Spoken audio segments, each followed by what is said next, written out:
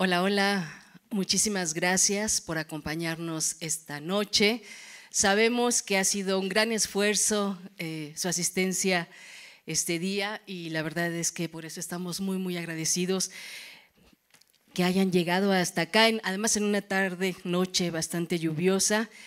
Nosotros por nuestra parte estamos muy emocionados, muy contentos porque esta es la tercera sesión que tenemos y que hemos referido como ciclo de los coleccionistas. ¿Qué quiere decir esto? Que hemos invitado justamente a los coleccionistas, a quienes se han acercado a la Fonoteca Nacional para traer sus materiales y que podamos difundirlos, ¿no? En este caso estaremos presentando el Archivo de la Palabra del Instituto Mora. Queremos, si ustedes se encuentran ahí bien o si quieren acercarse, ahora sí que siéntanse cómodos porque vamos a escuchar. Se trata de escuchar. La idea, y lo platicábamos hace unos momentos, no solamente tiene que ver con el resguardo de los materiales, sino con esta posibilidad de volverlos a escuchar. Finalmente, una de las misiones de la Fonoteca Nacional no solamente es esta preservación por cuidar, sino hemos ampliado un poco, hemos desdoblado un poco este concepto de cuidado y pensar también que el último objetivo es la escucha. Pues damos la bienvenida. Este evento forma parte del ciclo Coleccionistas de la Fonoteca Nacional, que en su tercera emisión presenta la sesión de escucha sobre el Archivo de la Palabra del Instituto Mora. Para esta noche nos acompaña la doctora Graciela de Garay. Ella es doctora en Historia por la Universidad Iberoamericana, profesora e investigadora en el Instituto Mora. Ella estudia la historia del tiempo presente a partir de la metodología de la historia oral. Se interesa por la historia social y cultural de la arquitectura mexicana del siglo XX. En la actualidad, la doctora de Garay investiga sobre los parques urbanos y la importancia del ocio como práctica cultural. Es además también artífice y, digamos, parte fundamental de este acervo de la palabra. Un aplauso, por favor, para la doctora Graciela. También nos acompaña el maestro Felipe Morales Leal. Él es maestro en comunicación por la UNAM, integrante del Laboratorio Audiovisual de Investigación Social, que también pertenece al Instituto Mora desde su fundación en el año 2002. En el marco de este espacio ha colaborado en diversos proyectos de investigación y divulgación del conocimiento social. Sus temas de abordaje del maestro Felipe en la investigación están basados principalmente en fuentes audiovisuales y testimonios orales, así como el análisis del cine documental y sus autores. También un aplauso, por favor, para el maestro Felipe. Bueno, pues quiero contarles que este acervo de la palabra que tenemos aquí en la Fonoteca Nacional, que pertenece al Instituto Mora, se constituye por 765 registros sonoros.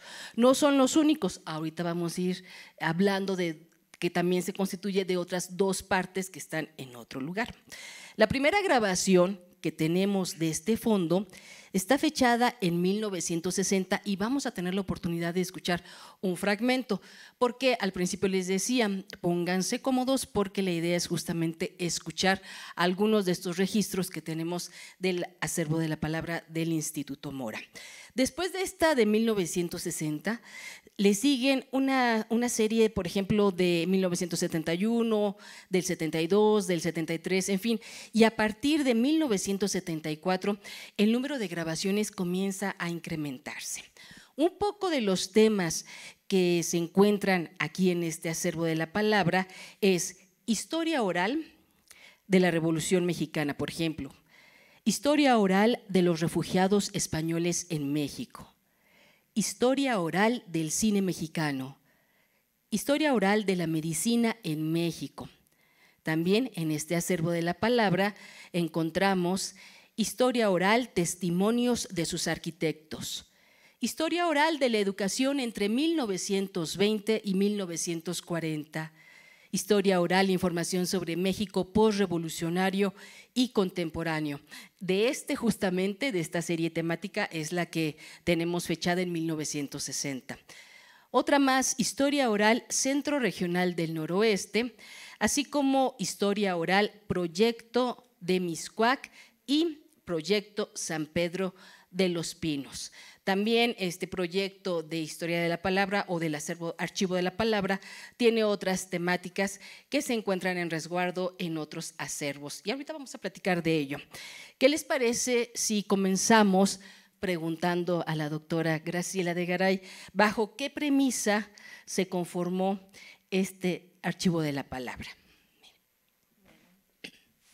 Bueno, pues buenas noches. Agradezco primero a la maestra Margarita Sosa y a Angélica Cortés, bueno, a que nos hayan invitado a presentar la colección del Instituto Mora. Nos sentimos muy felices de que las grabaciones estén resguardadas y digitalizadas y conservadas, y además la idea de que no solo están guardadas en una bóveda, sino están abiertas al público, porque realmente la sensación de escuchar la historia contada por sus protagonistas es una experiencia inusual, única. No es lo mismo leer un libro, leer una conferencia, cuando oír las palabras de los propios, por ejemplo, en el caso de los arquitectos o los diplomáticos que yo tuve la suerte de entrevistar, oír a Pedro Ramírez Vázquez que te cuente cómo hizo el Museo de Antropología, es toda una experiencia. Nosotros no sabemos, vemos el museo, decimos me gusta, pero no sé por qué me gusta, ¿no? Cuando te lo explica el propio arquitecto es toda una experiencia. Entonces, además, esto se potencializa que hemos combinado la historia oral con la imagen, que ya el maestro Felipe Morales les explicará. Pues es toda una experiencia, pero imagínense si ustedes visitaran el Museo de Antropología guiados por el propio arquitecto Ramírez Vázquez, es una experiencia excepcional. Entonces de eso vamos a hablar. Bueno, ¿bajo qué premisa? Bueno, el Instituto Nacional de Antropología abrió la práctica de la metodología de la historia oral en México. Esto fue en los años 60, fines de los 60. Estaba en ese momento director en el Museo Huiberto Jiménez y estaban las maestras, la doctora Eugenia Meyer y la doctora Alicia Olivera de Bonfil. Ellas son las que introdujeron la historia oral en México. ¿Qué es la historia oral?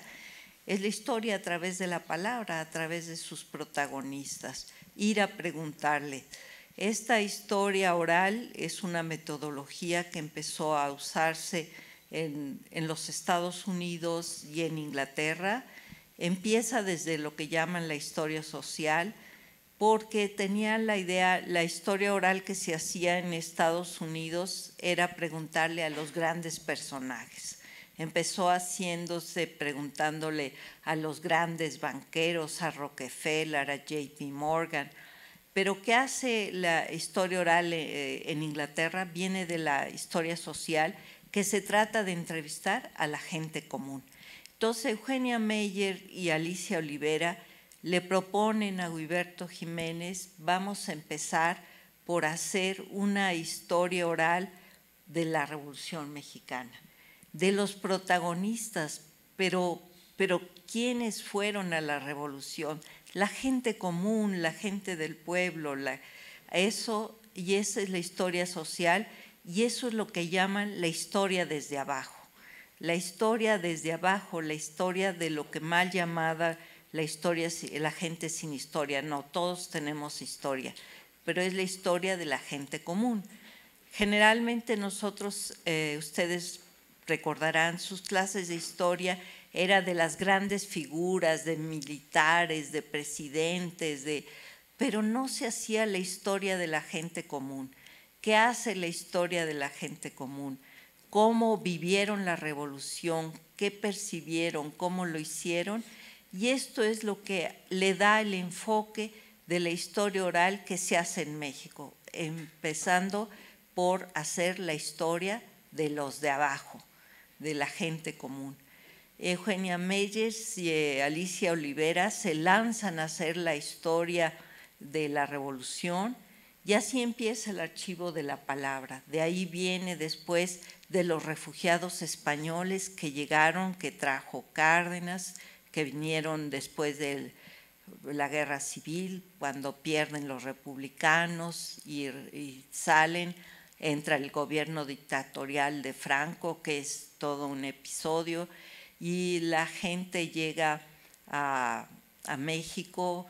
Hay la famosa historia de los niños de Morelia. Los padres de unos niños muy chiquitos dicen no pueden quedarse en esta España sangrienta, llevémoslos que vayan a otros países. Unos fueron a dar a Rusia, a la Unión Soviética, otros vinieron a México y son los famosos niños de Morelia. Los internaron en una escuela en Morelia. Y la doctora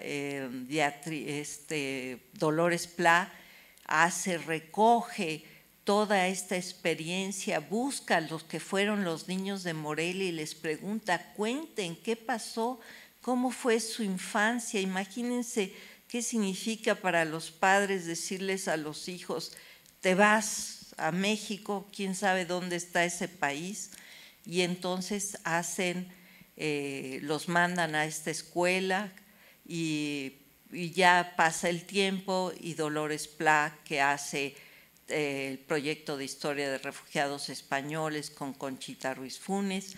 Pero en fin, lo que quiero decir es que este archivo de la palabra empieza con esa idea original de que hay que rescatar los testimonios vivos, ¿no?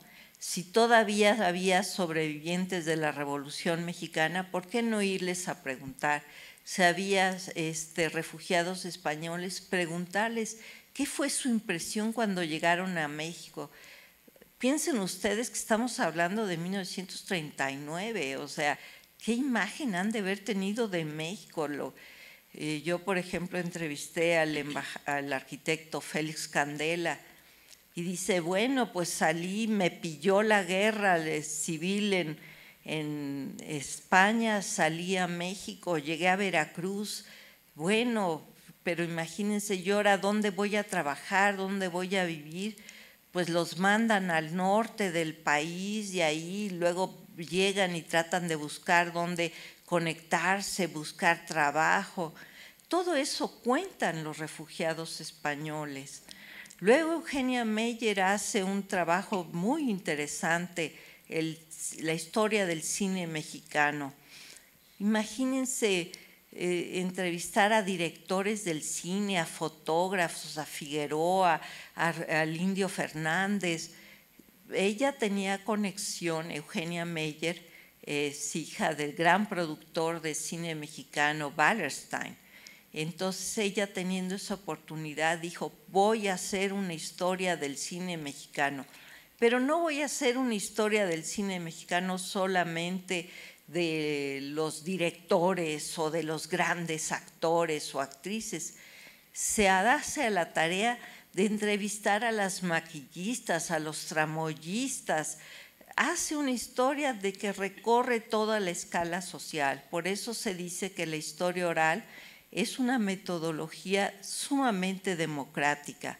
No se trata de solo las grandes figuras, sino, como decía un principio, de la gente común, de esa gente que no cuenta su historia, pero que ha vivido grandes momentos y que nos interesa. De ahí viene una línea de la historia muy interesante que se llama la historia de la vida cotidiana.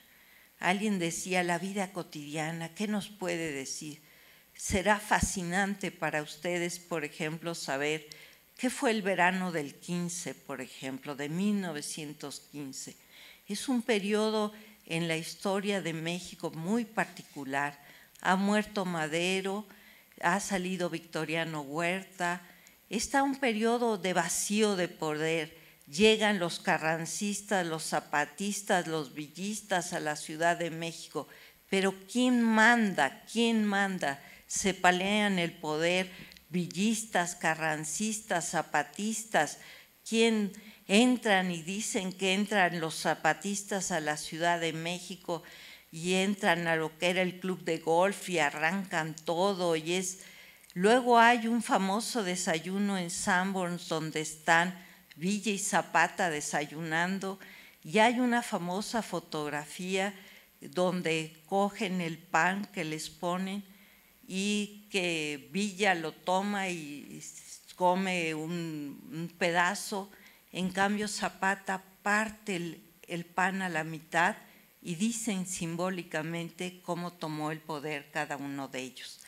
En fin, todas estas historias se van contando, se complementan con fotografías como el archivo Casasola y lo que es importante es lo que hace Eugenia Meyer y Alicia Olivera, que se va Eugenia Meyer al norte del país para ver cómo era la revolución en el norte, y Alicia Olivera se dedica a hacer la revolución en el sur.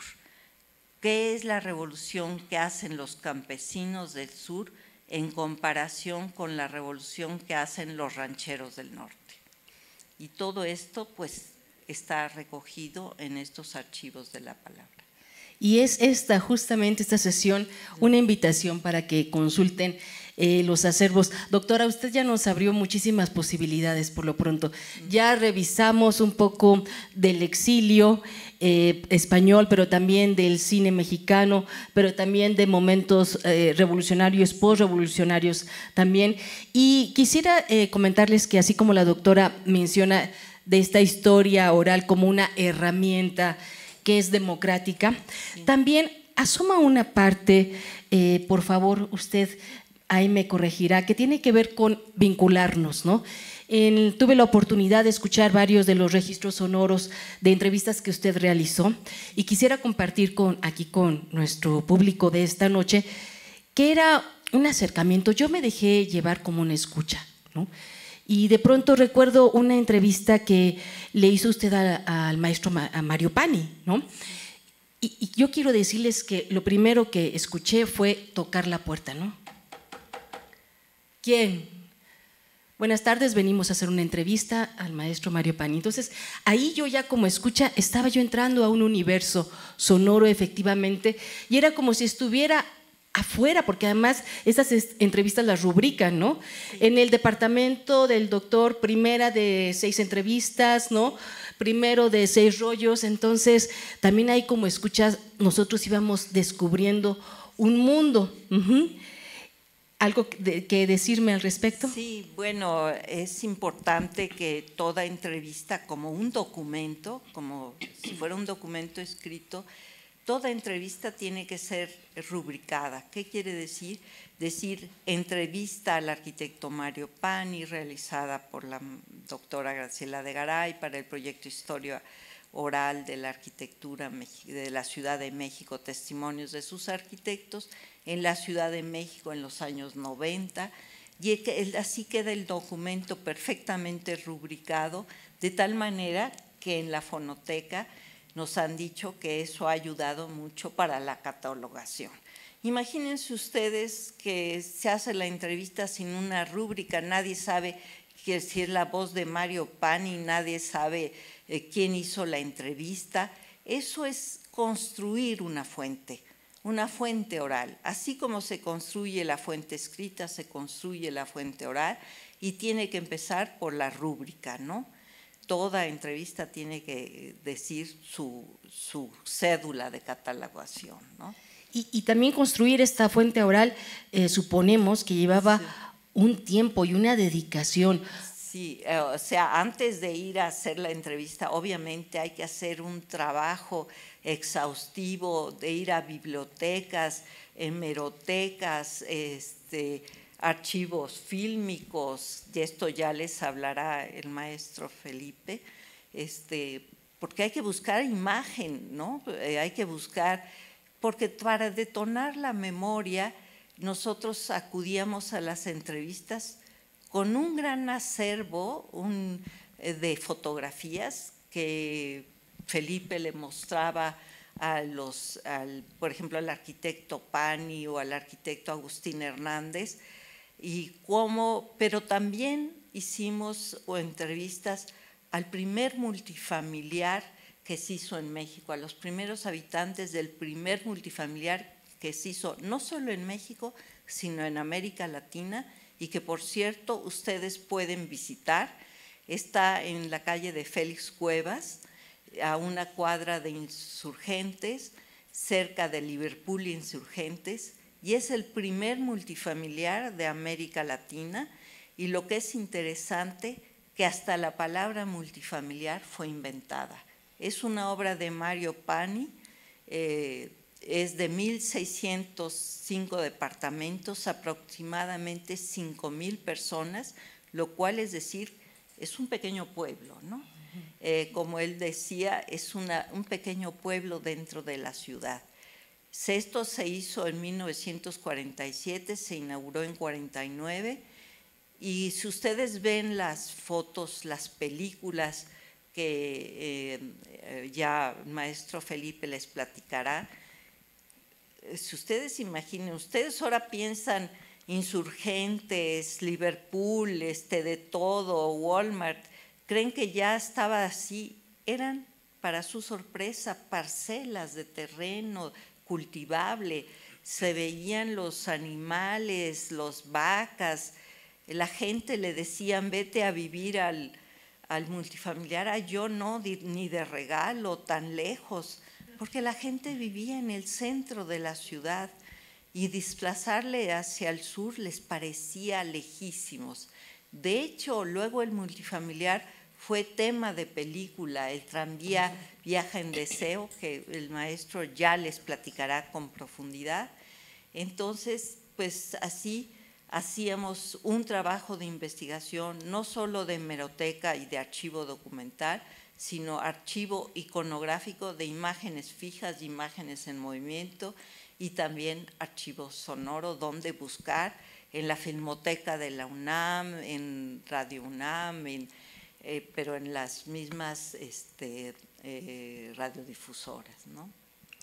Pero además de esto, también un acercamiento, ¿no? Toda esta investigación supone un acercamiento con el entrevistado. Usted, doctora, tiene ya mucho material documentado sobre lo que significa la entrevista, la narrativa oral, pero también el entrevistado y él o la entrevistadora. Y lo digo esto porque los audios que escucharemos fueron elegidos por la doctora y por el maestro, pero agregamos dos en los que encontramos justamente esta suerte de acercamiento que nos parece como ejemplo muy atinado, porque si bien ustedes llegaban seguramente con ya mucho material hemerográfico, fotográfico, sí había esta parte que supone el primer acercamiento con la máquina misma, con el micrófono, ¿no? Sí. Con la máquina Auger grabadora de aquel entonces, pero también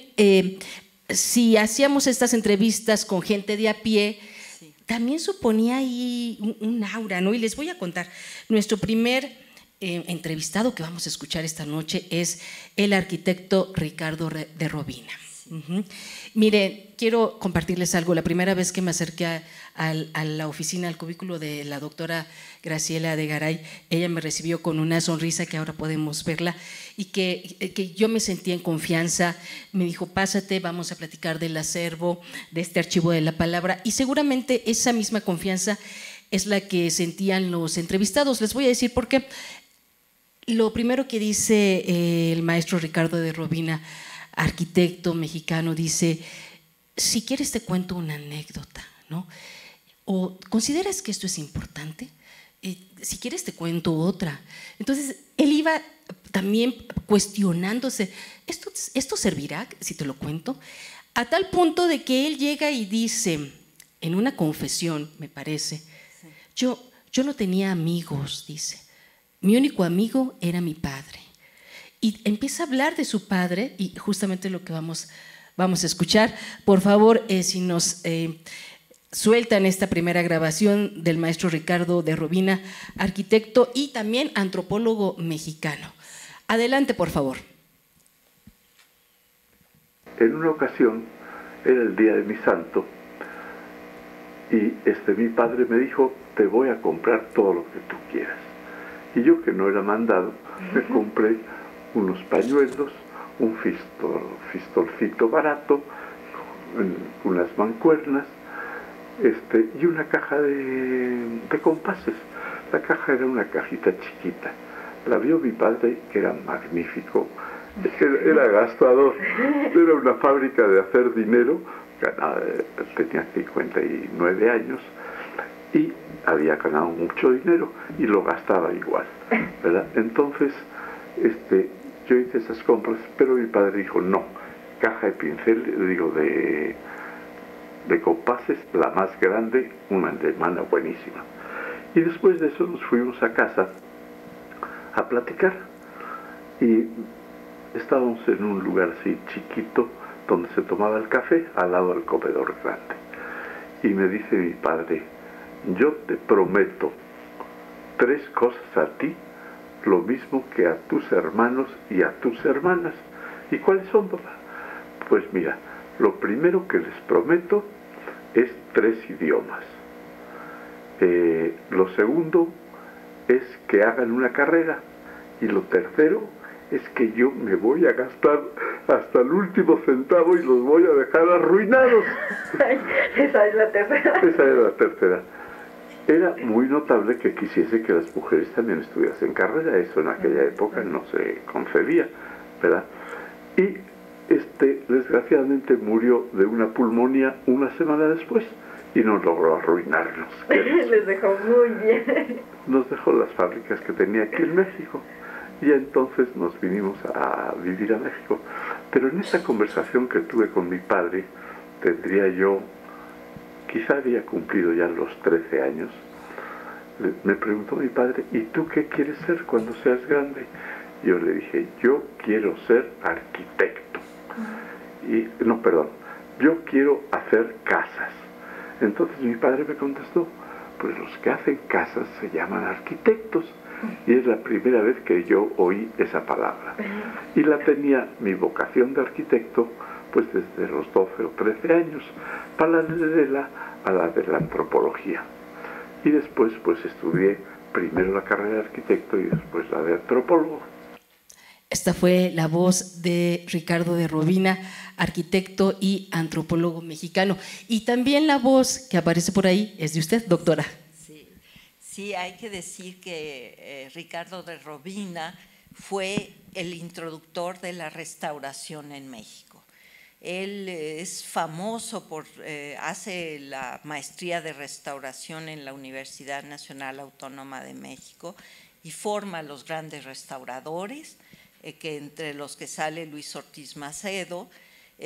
También Ricardo de Robina hizo todo lo que los guiones para la museografía del Museo Nacional de Antropología e Historia con el arquitecto Pedro Ramírez Vázquez, pero tenía, ustedes se acuerdan de la figura del Tlaloc famosa. Hay una historia que dijo Pedro Ramírez Vázquez, ¿qué ponemos en la entrada del museo?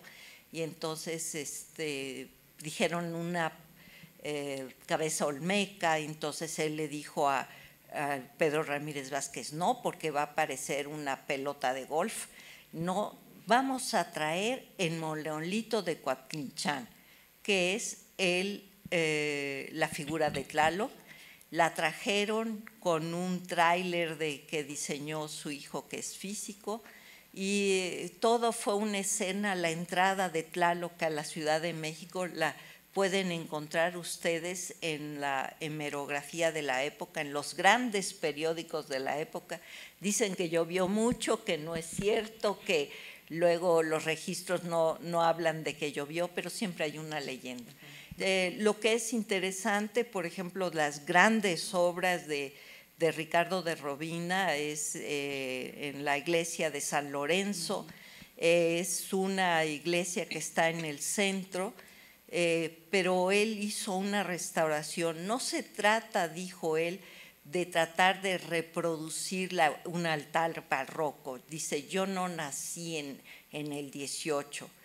¿Qué se trata? Es de interpretar, y entonces tiene en la bóveda una mano expresionista hecha por el arquitecto Matías Geritz, el escultor Matías Geritz, que ustedes…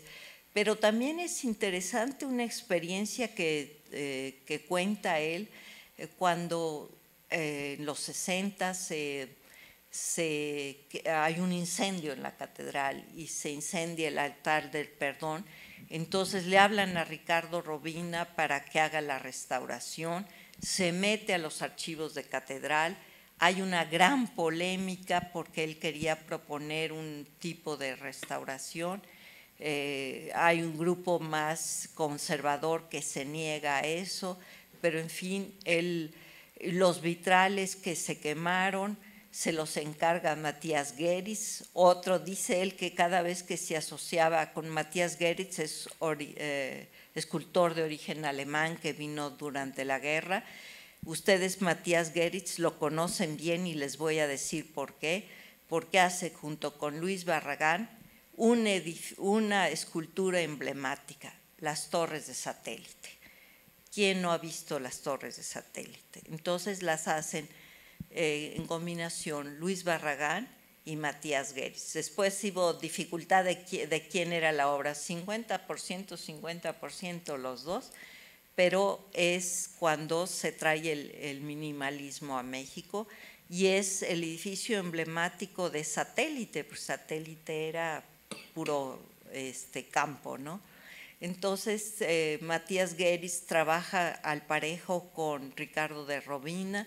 Ricardo de Robina es una figura emblemática de la restauración en México. Gracias, doctora. Maestro Felipe Morales, en esta selección en específico de la serie temática de los arquitectos en México, ustedes pues también eligieron a un hombre que ha salido varias veces esta noche, que es el maestro Ramírez Vázquez, Pedro Ramírez Vázquez. ¿Algo que nos pueda agregar de esta selección?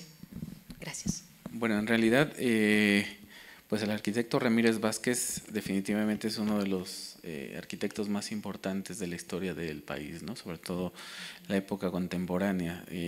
Yo creo que todas las personas, tanto presentes como las que nos están escuchando posteriormente, habrán estado, y no solo visto, sino estado en alguna de sus obras, ¿no? Desde el Estadio Azteca, el Museo Nacional de Antropología e Historia. Entonces, creemos que siempre es importante escuchar a quienes están dando testimonio de su propia trayectoria, ¿no? El fin último de la historia oral y del registro de estas entrevistas no es que se queden en un papel, ¿no? Desafortunadamente, muchas veces conocemos las obras, conocemos la historia de las personas a través de los textos que nosotros leemos. Decimos allá, es el imperio del texto, ¿no? O sea, si está en un libro, tiene cierta validez, ¿no? Pero nosotros impulsamos desde hace muchísimos años, desde el proyecto de historia oral, lo que ha contado la doctora Graciela, que se utilicen otras fuentes para el conocimiento sociohistórico, ¿no? Y una de esas fuentes definitivamente son los testimonios orales. En principio audiograbados, posteriormente videograbados, también podemos platicar de eso, porque al mismo arquitecto Ramírez Vázquez, yo creo que tuvimos la oportunidad de hacerle una de las últimas entrevistas que se le hizo antes de morir, ya videograbada esa, pues qué interesante sería para los estudiantes de las diferentes carreras, que no solamente les inviten a consultar un libro donde venga la obra y se pueda ver, sino también que, por ejemplo, vengan aquí a la fonoteca y puedan escuchar el testimonio directo del arquitecto Ramírez Vázquez hablando de sus obras, como ya lo mencionó la doctora, ¿no? Eso enriquece muchísimo el conocimiento, porque los textos muchas veces están filtrados por muchas cosas, ¿no? Pasan desde un corrector de estilo que te corrige la transcripción y que ya no te permite identificar cómo era la manera de hablar de una persona, ¿no? Y cuando los escuchamos a ellos directamente o cuando los vemos, pues está ahí está ahí presente el arquitecto, ¿no? Y ahorita que hacíamos la escucha de la entrevista del arquitecto Ricardo de Robina, yo lo recordé en alguna de las últimas entrevistas también que hicimos todavía en su casa, y es un ejercicio de imaginación y de análisis, porque cuando empezamos a escuchar, seguramente cada una de las personas que estamos aquí empezó a imaginar cosas, ¿no? Nos hablaba de su infancia, de una ciudad, de un lugar, de una relación con su padre. Entonces, todo eso muchas veces queda perdido porque son cosas que se filtran en los libros. O sea, a veces de esas cosas de la vida cotidiana, del día a día, no llegan a los textos que algunas veces tenemos la oportunidad de leer. Y si nos sentamos un par de horas a escuchar una entrevista que se hizo donde él nos está hablando, por ejemplo, de su infancia, eso permite pues ampliar muchísimo el conocimiento, no solo de la persona, sino de todos los procesos históricos que se van dando conforme las personas se van desarrollando también, ¿no? Entonces, ese es el valor justo de que nos acerquemos a otro tipo de fuentes para el conocimiento, ¿no? Y evidentemente las entrevistas de historia oral son muy valiosas en ese sentido porque siguen un método, y esto creo que hay que sí resaltarlo. No es una entrevista como periodística, que tienen su valor y su importancia evidentemente, pero estas son entrevistas a profundidad, donde lo que estamos escuchando es la experiencia personal de cada uno de los que está dando testimonio, de cómo vivió las cosas esa persona, ¿no? De cómo vivió su vida en muchas ocasiones, ¿no? Entonces, es ahí el valor que tenemos. Entonces, regresando al arquitecto Ramírez Vázquez, pues sí consideramos que quien venga a escuchar el testimonio a través de este trabajo que se ha hecho junto con la fonoteca, pues va a tener toda una experiencia, porque va a escucharlo a él hablando directamente de su obra, ¿no? Así es, porque pensamos que la voz finalmente devela un timbre, devela una intención, un sentir, ¿no? Es prácticamente nuestra voz podríamos decir, es una pequeña muestra de nuestra alma también, ¿no? Y algo que me gustaría también agregar, maestro Felipe, si me permite, es que sí, si bien es una autobiografía, ¿no? Un acercamiento, es una autobiografía pensada o enmarcada dentro de un proceso histórico. Y eso es lo que también nos permite la historia oral descubrir, ¿no? Pues vamos a escuchar entonces al maestro arquitecto Pedro Ramírez Vázquez, y en esta ocasión habla justamente con el trabajo que hizo con Mario Pani. Así es que adelante, por favor. Obligó a aprender Carlos Lazo la relación con los ingenieros, que se arrastraba ya casi en plan anecdótico, la rivalidad de principios de siglo del ingeniero y el arquitecto. Armó los equipos, estos son los arquitectos. Ahora, en las estructuras, ¿qué cuerpo de ingenieros? Los residentes, los constructores, ¿qué ingenieros? Y a trabajar en equipo. Y acabamos siendo una relación que permitió luego todo el desarrollo de la industria de la construcción. Porque ahí aprendimos a trabajar en armonía total y en respeto total. Arquitectos, ingenieros, y a entender todos lo útil que era la experiencia y el conocimiento del otro. Como se necesitaba. Sí. Esa gran transformación del ejercicio profesional en México la arma Carlos Lazo en Ciudad Universitaria. Eso es indudable. O sea que Carlos Lazo viene a ser como organizador, visionario para adelantarse para la industria, para sí. de nuevas herramientas. Mario Pani y Del Moral vendrían a más bien a ser como el plan maestro.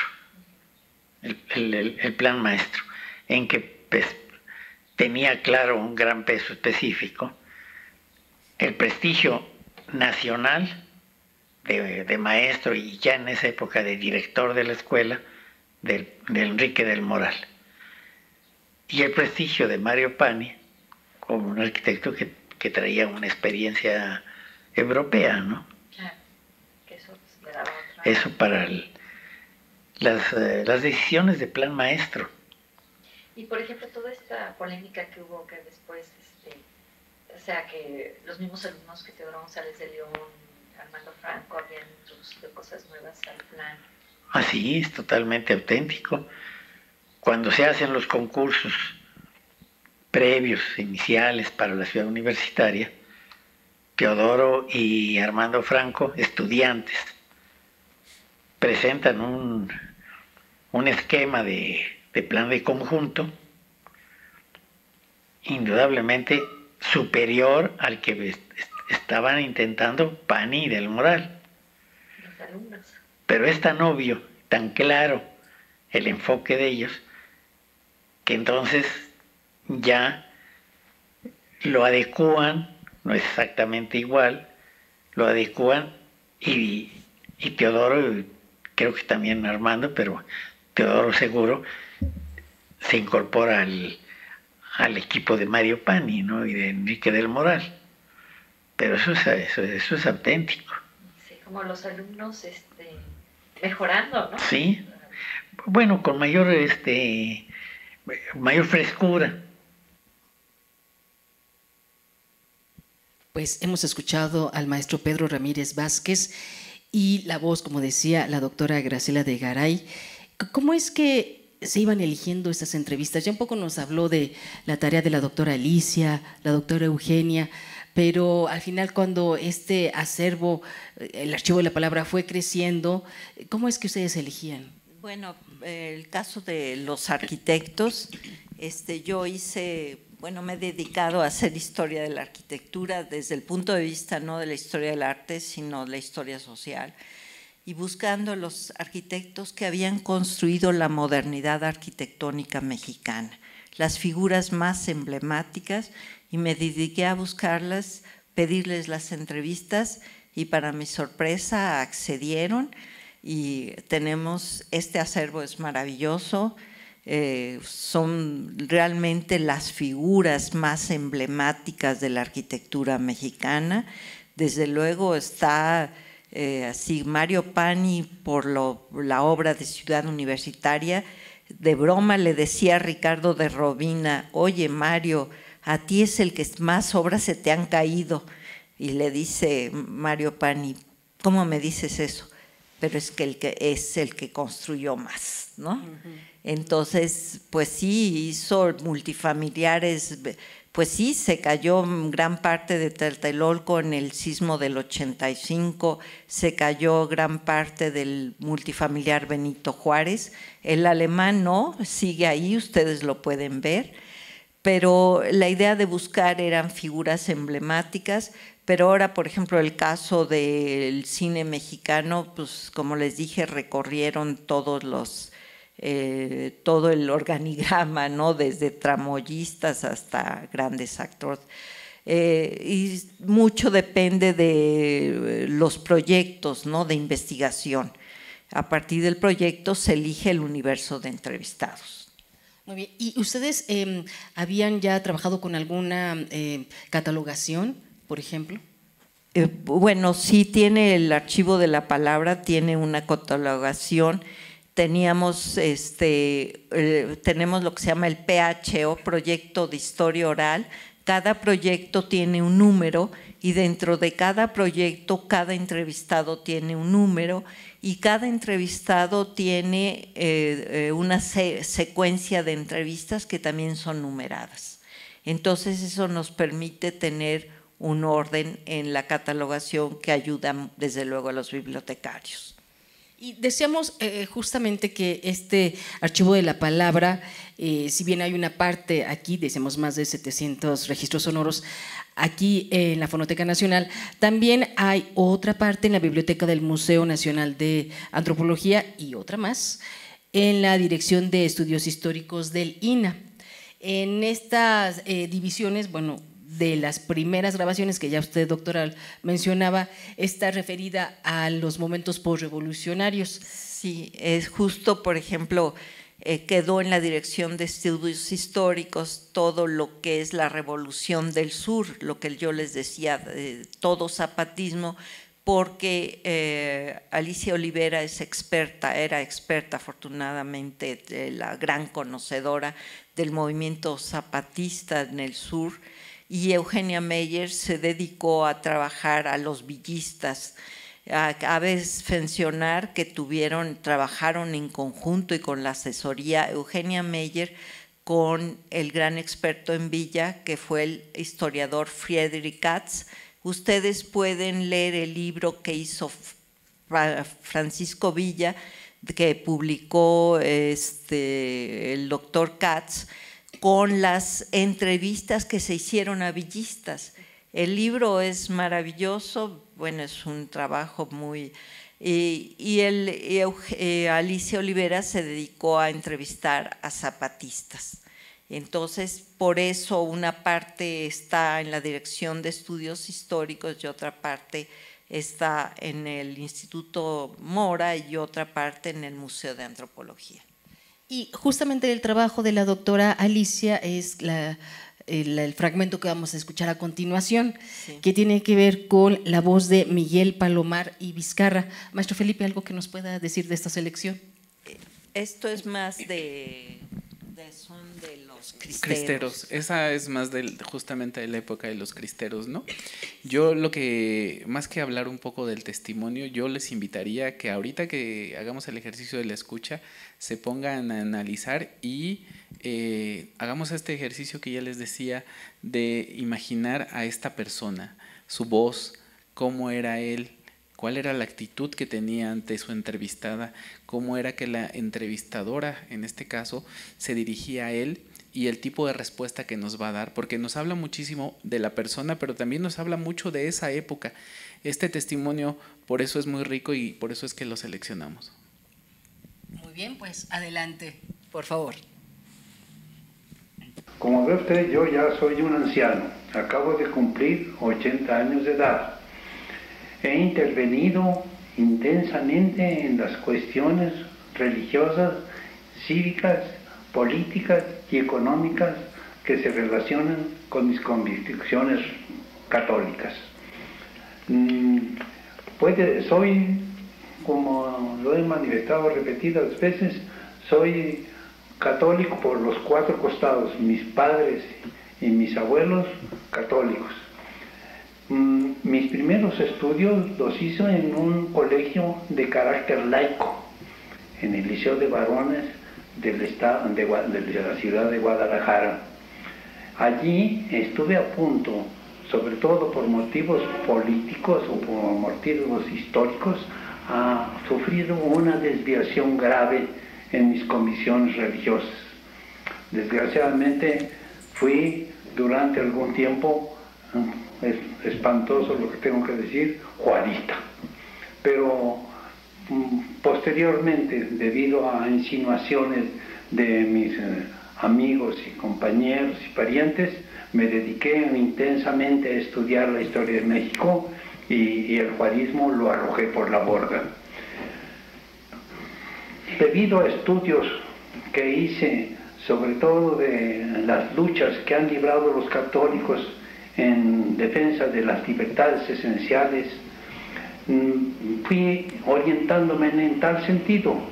Estudié y leí con gran cuidado una hermosa biografía del presidente mártir del Ecuador, García Moreno, y sobre todo lo que más me impresionó fue la lectura de las obras de Alfonso de Canigesser, escritor alsaciano, que relata las luchas de los católicos alemanes contra Bismarck y de los católicos austrohúngaros contra la masonería de aquellas regiones.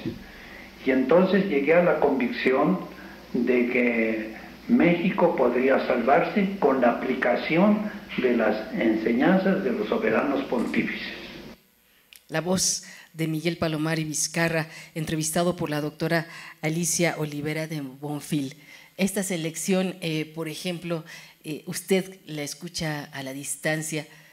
¿Qué le trae? ¿Qué memoria le trae? Sí, no, bueno, yo no tuve que ver con ese proyecto, pero tuve la oportunidad de oír a Alicia Olivera, que ella trabajó mucho sobre el experta en los cristeros y todos los sinarquistas. Entonces es la pasión, pero además hay que decir que estos testimonios no se tenían recopilados y entonces hacer las entrevistas pues es una experiencia, pero además pues también tener la visión no solo de los callistas persiguiendo a todas estas figuras que estaban en las guerras religiosas, sino la perspectiva de estos sujetos y la convicción que tenían en participar en esta guerra cristera, ¿no? El Colegio de Jalisco ha recopilado, pues claro, en Jalisco hubo todo este movimiento cristero muy importante y han recopilado grandes historias, pero de la gente común, ¿no? Y que además justamente escuchamos eso, ¿no? La convicción. Maestro Felipe, ¿algo que desea agregar? O si no, aprovechamos para presentar la siguiente, que es justamente de un cineasta, Alejandro Galindo. Adelante, miren. Campeón sin corona, ¿no? Una familia de tantas. Y entonces ya nos estamos aproximando al nombre. Alejandro Galindo, en su paso por Estados Unidos, por aquella industria hollywoodense, ¿qué es lo que nos tiene que decir? Esta fue una entrevista realizada por la doctora Jimena Sepúlveda, ¿cierto? Bien, pues adelante, por favor. Segunda entrevista con el señor Alejandro Galindo, realizada por Jimena Sepúlveda el día 2 de julio de 1975. Programa de Historia Oral PHO 229.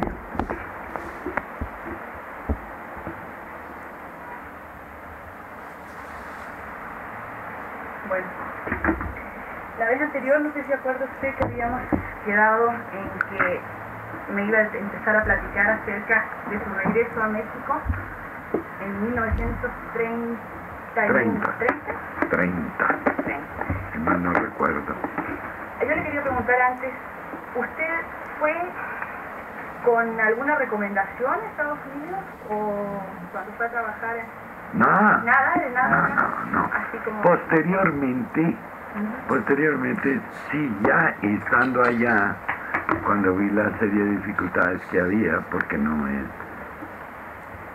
era fácil, recurrí a un hermano mío, sí. Marco Aurelio Galindo, quien por aquellos tiempos actuaba de crítico cinematográfico aquí en México. Él se había iniciado en esto y era un entusiasta de la cuestión del cine y se había hecho de mucha, pues, de algún crédito, vamos a llamarle así, ya que en estos tiempos así se le dice al prestigio, entre los propios distribuidores de películas y muy particularmente entre las casas americanas. Entonces yo le escribí y él me hizo el favor de acercarse a los gerentes de las distribuidoras aquí en México y me envió unas cartas con las cuales se me facilitó el acceso a hablar como persona,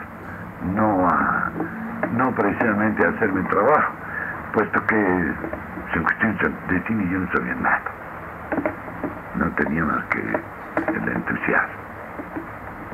¿Y le pidió de algo? La carta, pues sí, porque llegué donde un señor que, por cierto, muy amable, muy atento y todo, pero era el señor importante.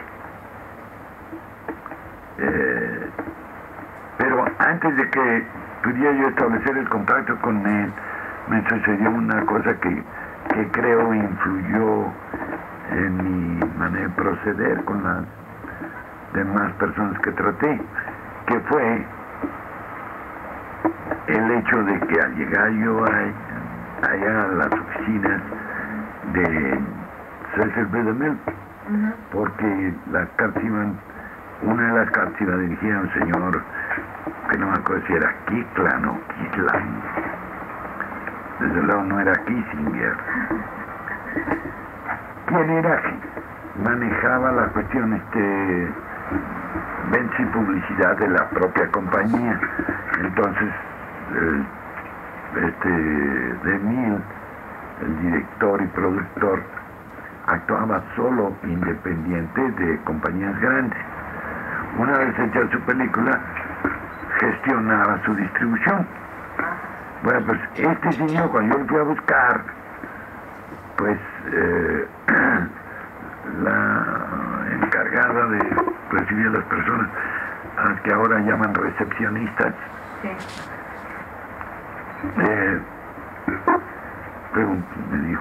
Me preguntó si tenía cita con el señor o algo. Le dije no, pero traigo esta carta. Y le mostré la carta. Y entonces me explicó que el señor a quien yo buscaba no se encontraba en esos momentos en Culver City. Culver City, haga de cuenta que es ciudad satélite en relación con el DF, así Culver City en relación con Los Ángeles, igual Hollywood y Santa Mónica, todos esos que se adjudican el título de ciudades para vestir al poblado. No, bueno, está en Chicago en una convención, tardará 3 o 4 días en venir. Y yo, pues, consecuencia de mi edad seguramente, o mi falta de malicia, dije, bueno, entonces, ¿qué hago yo todos estos días? Entonces ella me preguntó, le hizo gracia, creo yo, mi salida, pues se rió de muy buena gana, que me dijo que si quería yo. Y dije, bueno, mientras tanto, si usted que venía aquí por el estudio, yo le doy un pase. Y me dio un pase. Cosa que le agradecí mucho y desde luego aproveché. El set en sí, el estudio, el taller, pues, no revestía gran novedad para mí porque, como le platiqué antes, yo ya había hecho pinines aquí con Camus. Nada más que lo que sí era diferente eran las dimensiones del escenario. Estaban filmando en aquella ocasión, cosa que también me hizo impresión. Se siguieron una serie de impresión. Una película que se llamó El Rey de Reyes.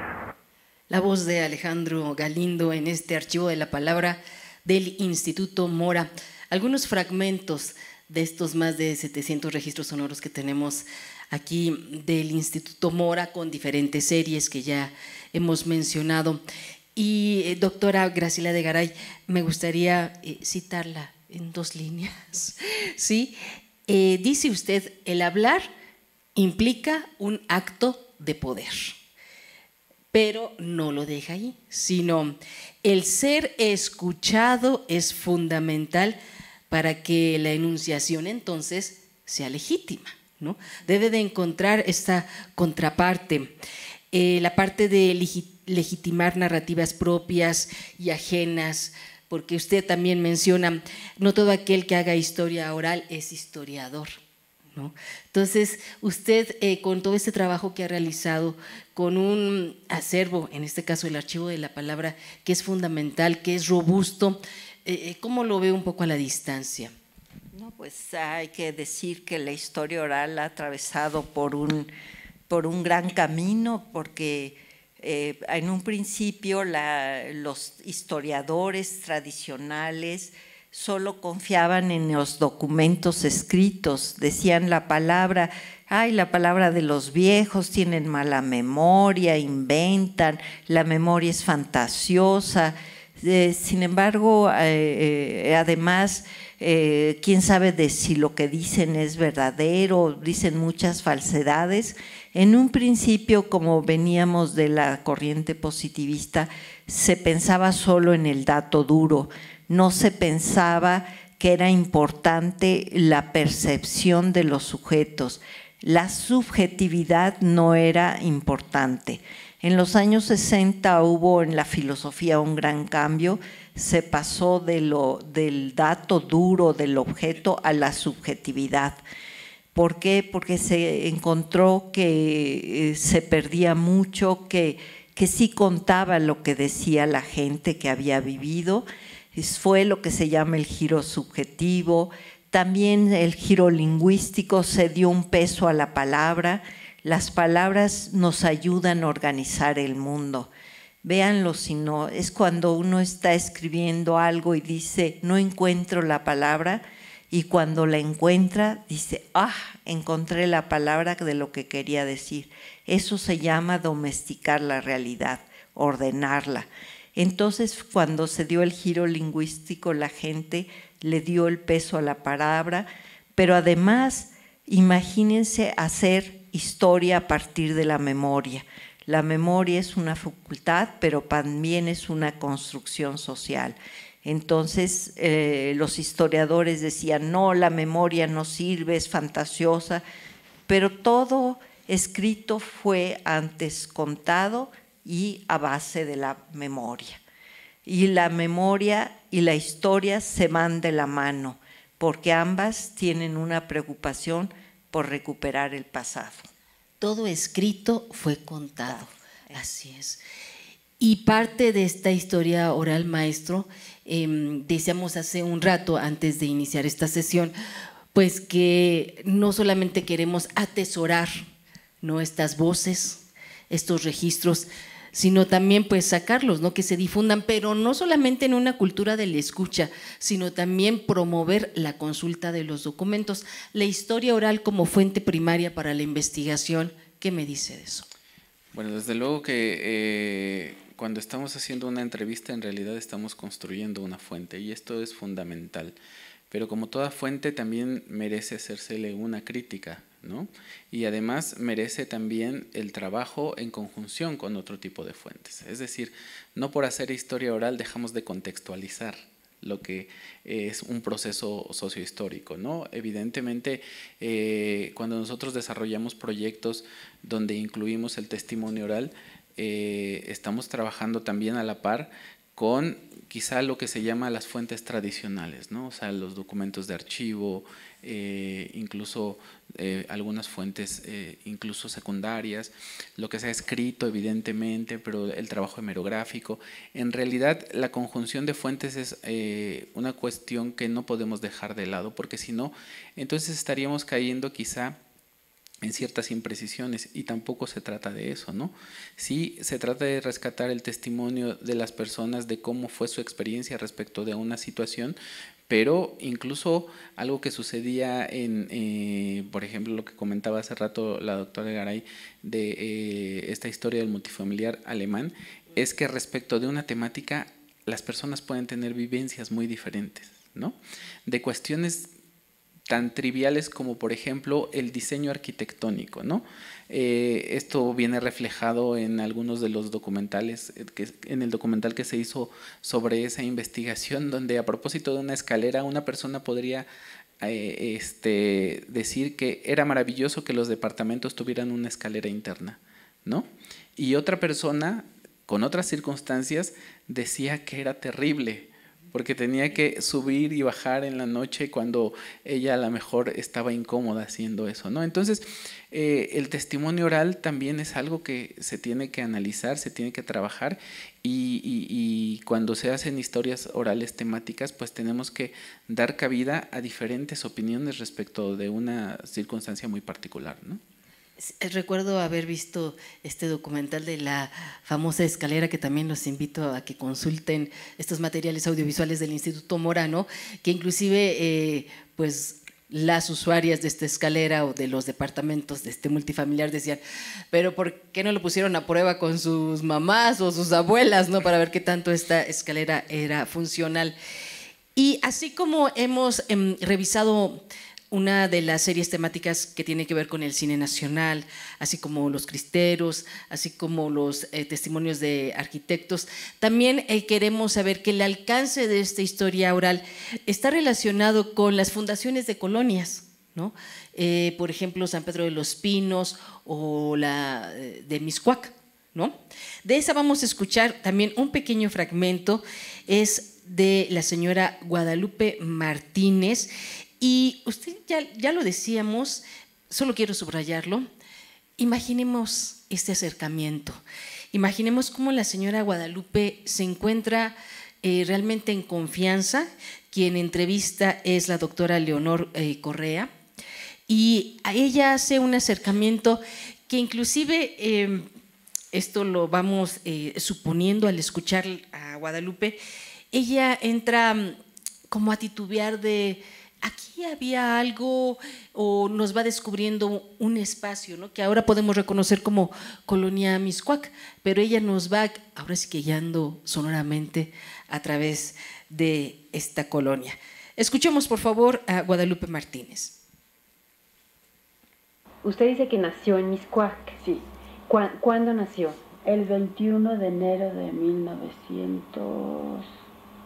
No, es el 30 de enero de 1921. Ah, 1921. ¿Y sus padres ya vivían aquí en Mixcoac? Sí, nada más que fíjese que yo de mi papá no sé nada.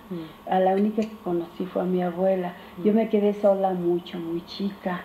Entonces conocí a mi papá, desde luego mi mamá.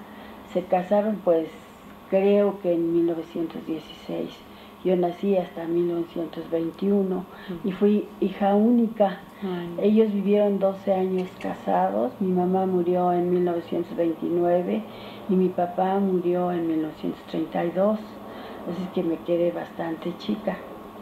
Me quedé con mi tía, que como luego se iban, pues mi prima se llevaba a su hermanita al cine. A mí me decían, vete, porque estaba el terreno grande en aquella época. Ven a traer esto allá abajo, porque la casa estaba en hoyo. Dice, vete a traer esto allá abajo, y iba yo, cortaba lo que me decía mi tía, porque había muchas plantas. Entonces ellas se iban. Cuando ya llegaba yo y veía que ya se habían ido, yo empezaba a llorar, ¿no? Estaba muy chiquita hacer el todavía. berrinche. Pues no, yo creo ya tenía yo como 10 años. Pero su tía que ¿de quién era hermana? De mi mamá. Hermana de mi mamá. ¿Y ella desde cuándo vivía aquí en Mixcoac? También, toda la vida. Mi abuela era, pues yo me figuro que era llegada a la iglesia, porque cuando no había culto, aquí el culto de la iglesia, que parece que se inició en 1912. Entonces, mi abuela, aquí en lo que es ahora Carrací, antiguamente se llamaba la calle del Rosario, y este callejoncito que es Perugino, se llamaba calle del Arbolito. Entonces, fíjese usted que allí en la mera esquina estaba la cohetería de don Agustín Pereira, que últimamente, cuando estaban prohibidos los cohetes, era el cohetero oficial del Departamento Central, era el que quemaba allí en el Zócalo el 15 de septiembre, en fin. Ahí la voz de Guadalupe Martínez. Y para concluir este espacio de entrevistas, bueno, de registros sonoros, ustedes hicieron una selección que la verdad agradezco mucho, que tiene que ver con la historia del exilio, ¿no? Escucharemos, si gustas tú presentarla, por favor, maestro. María del Carmen. Bueno, sí tiene que ver justamente con el exilio español, y una vez más es un testimonio muy importante, porque ya lo mencionó hace rato la doctora de Garay. Ante un conflicto bélico muchas veces no sabemos qué hacer con los niños, ¿no? Y esta es una de las cosas que es importante mencionar, cómo estas personas llegaron al país y lo que vivieron, ¿no? Y creo que es fundamental conocer la historia directamente de su voz, ¿no? Entonces, no sé, la escuchamos. Sí, de su voz y también del ánimo, ¿no? Este ánimo que nos va contagiando María del Carmen Roure, a quien escuchemos. Adelante, por favor. Bueno, entonces pienso que como que para ti el exilio realmente ha sido una marca en tu vida. Pues sí, lo ha sido.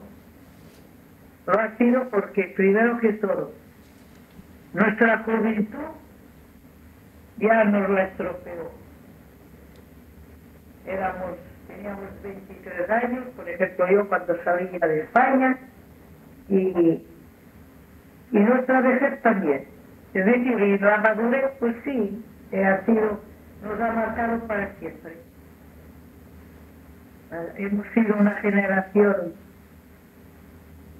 que nos ha tocado mucho sufrir y resultados, afortunadamente quizás podamos ver alguno bueno, los estamos viendo en parte y eso pues siempre te da ánimo.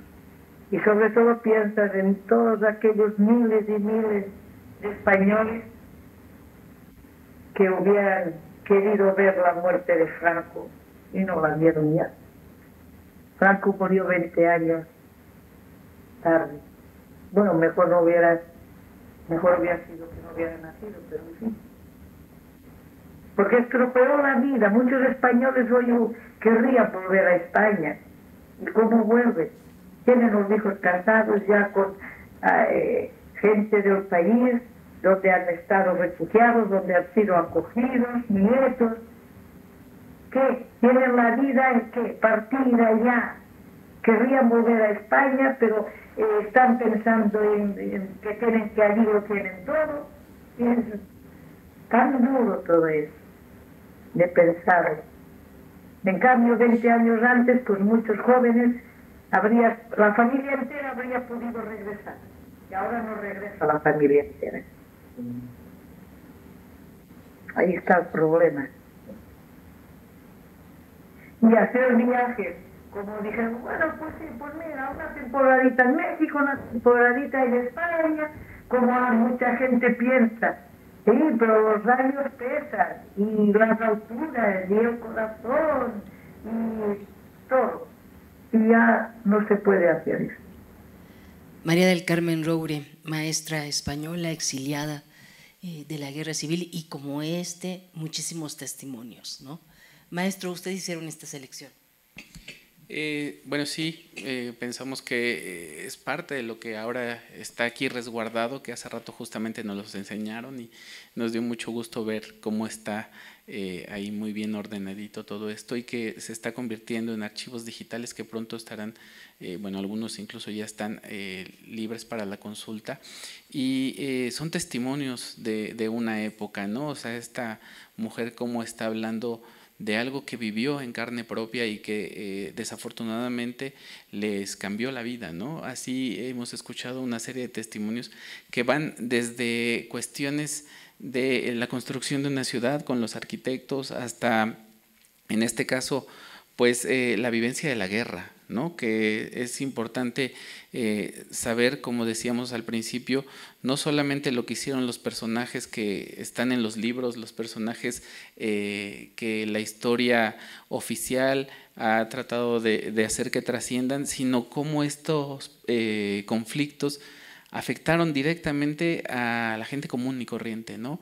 Les transformaron la vida y ella decía a veces quisiéramos regresar a España una temporada, pero ya la edad y la enfermedad, y bueno, eso pasó con muchísima gente, y dentro de los registros que tenemos en esta historia del exilio español, hay muchos casos de personas que pues simplemente ya que volvían, su vida ya estaba aquí realmente, ¿no? Entonces eso es importante, y una vez más hacer una historia diferente con todos estos testimonios es algo que puede llegar a ser muy enriquecedor, ¿no? Entonces también esto es como una invitación abierta a que los estudiantes, por ejemplo, que van a desarrollar proyectos de investigación, que tengan temáticas que son afines a las entrevistas que están contenidas en este archivo de la palabra, pues se acerquen, ¿no? Se acerquen a escuchar de viva voz de estas personas cómo es que vivieron todos estos procesos, ¿no? Y decíamos también, ahora que, maestro, tú, permíteme por favor hablarte de tú, claro. Comenta sobre cómo lo tenemos guardado, justo nos referimos a este edificio de preservación donde se encuentran las bóvedas, donde está este material, sí, valioso, pero que en su valía tiene mucho que ver darlo a conocer, ¿no? Difundirlo. Y aquí hago una parada porque entiendo que este archivo de la palabra del Instituto Mora ha alimentado otros proyectos desde hace ya unas décadas que tienen que ver, por ejemplo, con el laboratorio.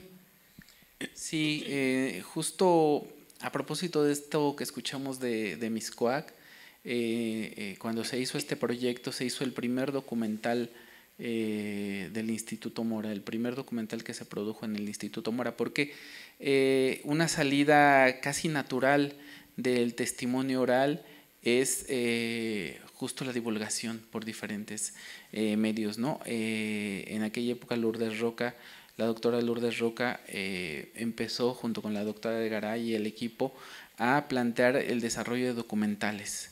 Se hizo Un pueblo en la memoria, que es justamente un documental que pueden consultar en las páginas del Instituto y del Laboratorio Audiovisual, y fue como una semillita que empezó a crecer de a poco y que en los siguientes proyectos que vinieron, el que tuvo que ver con el arquitecto Ricardo de Renovina, después también el multifamiliar alemán, otro proyecto que se hizo sobre una historia de vida de un ferrocarrilero, un proyecto de tesis de la doctora Lourdes Roca, nos empezamos a dar cuenta de que el testimonio oral tiene como una pareja de baile, por así decirlo, que es justamente la imagen, ¿no? Porque cuando nosotros empezamos a recopilar en las entrevistas la palabra de estas personas, nos damos cuenta que tenemos un tipo de entrevista, pero cuando estas entrevistas son acompañadas de fotografías o de algunos registros fílmicos que ellos pueden ver, como decía hace rato la doctora, son como disparadores de la memoria, porque amplían la posibilidad de recuerdo quizá, amplían la posibilidad de testimonio. Entonces, es así como en el año 2002, la doctora Roca funda el Laboratorio Audiovisual de Investigación Social, que justo es una parte importante del Instituto Mora en la que hacemos investigación privilegiando las fuentes audiovisuales, es decir, lo sonoro. ¿Qué aporta lo sonoro a las investigaciones? Pero también lo visual, ¿no? El cine, el video, la fotografía, todo eso en conjunción es lo que son como los grandes pilares que nosotros empezamos a desarrollar para todos los proyectos que a continuación de eso surgieron, ¿no? Y que nos han permitido tener propuestas metodológicas, propuestas técnicas que gracias a la experiencia de estos proyectos también hemos impulsado un programa académico donde vamos cursos, talleres. El primer taller, el de historia oral, que se sigue dando anualmente, impulsado por la doctora de Garay, y un taller de manejo de equipo audiovisual para la investigación social, que es como su compañero menor, en el que justo impulsamos todo este trabajo para que no solamente nos quedemos en las fuentes tradicionales, sino pasemos a esto que es la fuente audiovisual, ¿no? Maestro Felipe, tú nos compartiste algunos materiales audiovisuales. ¿Quieres que de una vez los transmitamos por acá? Sí, si me hacen el favor, claro. Quizá podríamos ver el segundo material, que es un fragmento de entrevista videograbada, porque ese es como el paso siguiente que dimos, la entrevista videograbada. Porque hace rato decíamos, cuando nos quedamos en el texto, leemos lo que nos dijo tal o cual persona, ¿no? No sabemos si pasó por corrección de estilo, si se le modificó incluso el orden, etc. Luego pasamos al audio, que es muy, muy valioso, evidentemente, porque escuchamos, ya ahorita vimos muchos ejemplos de lo que tenemos en el archivo de la palabra, pero de la mano de estos proyectos de investigación, donde ya también teníamos la visión de hacer productos de divulgación, pensamos justo en el registro audiovisual, en la videograbación de las entrevistas. Entonces, si gustan, vemos este segundo testimonio y ahorita platicamos. Sí, es el titulado Entrevista Gestualidad, ¿cierto? Sí, justo. Adelante, por favor. No, en Pani aparece la grandeza del siglo XX en proyectar y concebir el tamaño de la ciudad y atreverse con ella.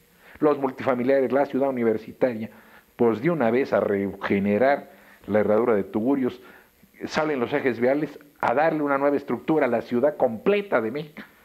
Hombre, yo cuando estoy hablando así me siento que hablo en puras mayúsculas, carajo. ¿Qué puedes decir cuando empieza a ese Pani? Bueno, es un fragmento muy pequeño. A propósito justo de un proyecto que es parte de la cuestión de los arquitectos, la doctora impulsó hacer un documental sobre la vida y obra del arquitecto Mario Pani, ¿no? Que también terminó en un documental que pueden consultar y ver en nuestros sitios de internet, que se llama El arte de hacer ciudad. y se entrevistó a una serie de arquitectos para que platicaran justo de la obra de Mario Pani, ¿no? Entonces ahí tenemos testimonios también de los arquitectos más importantes de esa época y yo creo que de la historia del país, Teodoro González de León, Agustín Hernández.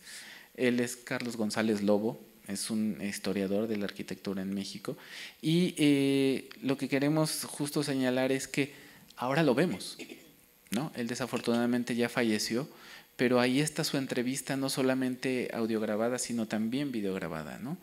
Y cuando alguien se acerque a esta entrevista, pues podrá darse cuenta cómo se expresaba, ¿no? Mirándolo directamente en ese fragmento, en esa entrevista que tenemos ahí, ¿no? Entonces, justo en el Laboratorio Audiovisual de Investigación Social, como parte de la historia misma que nos fue dejando el Archivo de la Palabra, tenemos nuestro archivo de materiales y registros propios, así le llamamos, que vienen todas las entrevistas que han sido videograbadas y que siguen un proceso similar al que se hizo con el Archivo de la Palabra, es decir, cada uno de estos materiales tiene su expediente, así le llamamos, ¿no? Que es la entrevista videograbada, la entrevista audiograbada, porque a partir de lo videograbado sacamos un audio con el cual se hace una transcripción que también va acompañado de la entrevista, fotografías de los entrevistados que se le hacen en el momento de la entrevista y una herramienta que nosotros llamamos calificación de entrevista, que es generar un formulario donde ponemos un código de tiempo con las partes de la entrevista que nos va diciendo, ¿no? Por ejemplo, aquí estaba hablando del arquitecto Mario Pani respecto de cierto aspecto, entonces se pone eso en la calificación, que son herramientas para la investigación y la futura producción de materiales de divulgación, ¿no? Entonces, justo ese es el espíritu que viene desde el Archivo de la Palabra del proyecto de historia oral, que ahora preservamos justo todas estas entrevistas ya videograbadas, ¿no? Muy bien, pues vamos a ir cerrando ya nuestra sesión, ¿sí?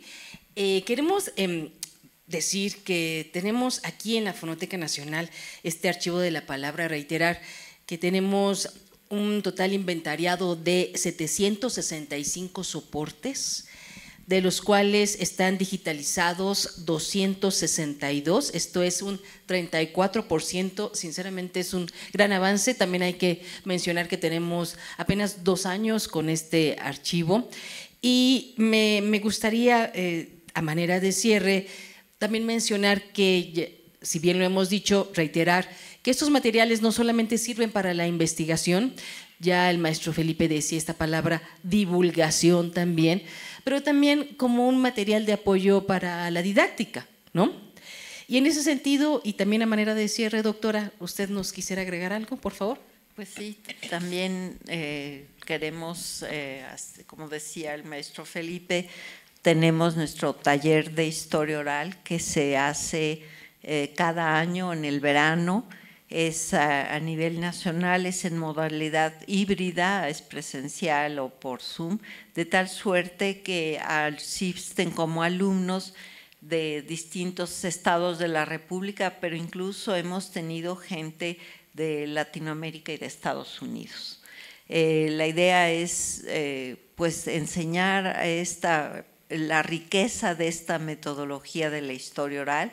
En este curso de historia oral se habla de lo que es la entrevista de historia oral, lo particular de la entrevista, cómo se hace, pero no solo se trata de ponerse el micrófono y preguntarle a la gente qué viste, sino también transcribir la entrevista es un arte y además lo que nos interesa es no solo quedarse con el relato, sino hacer la crítica de fuente, contextualizarla, analizarla, interpretarla, y entender lo principal, lo que son la percepción del sujeto sobre lo vivido, su experiencia, su valoración sobre lo vivido.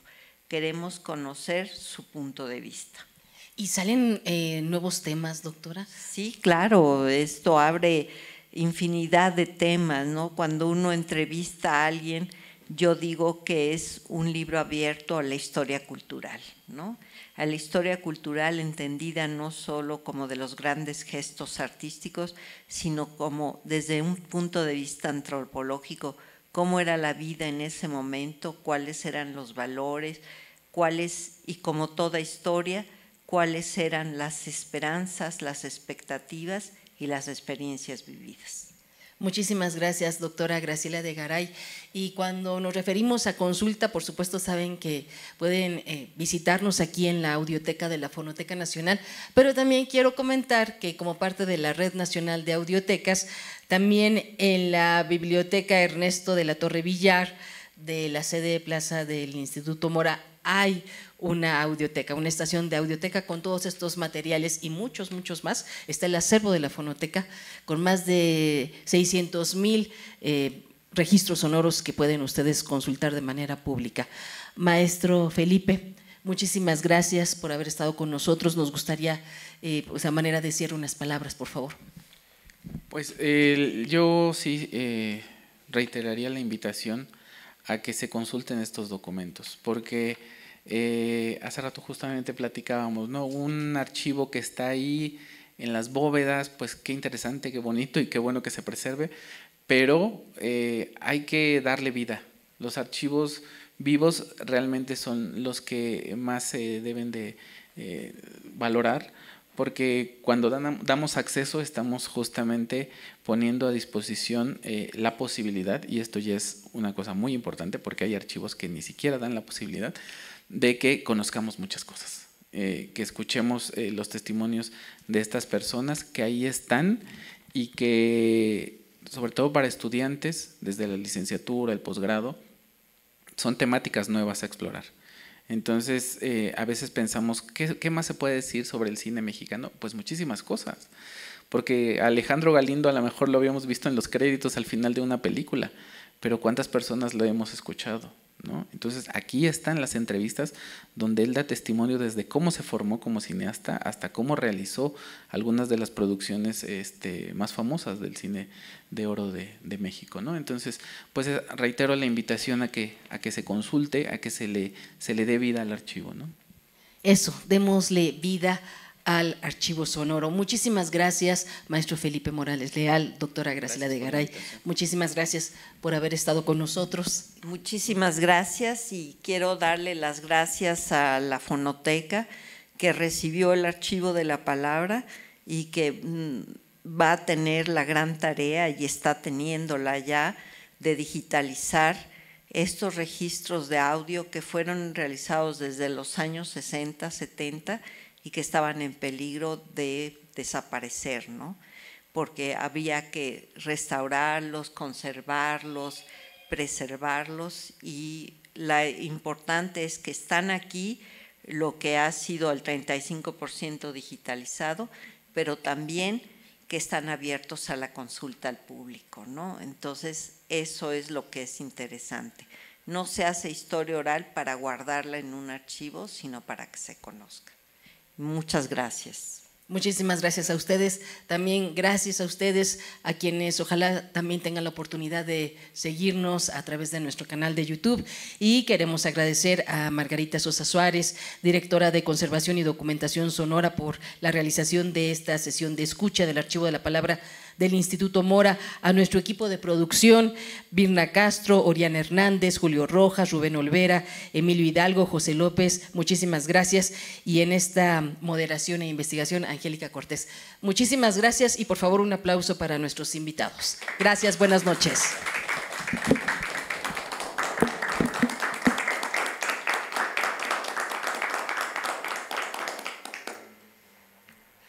Muchísimas gracias.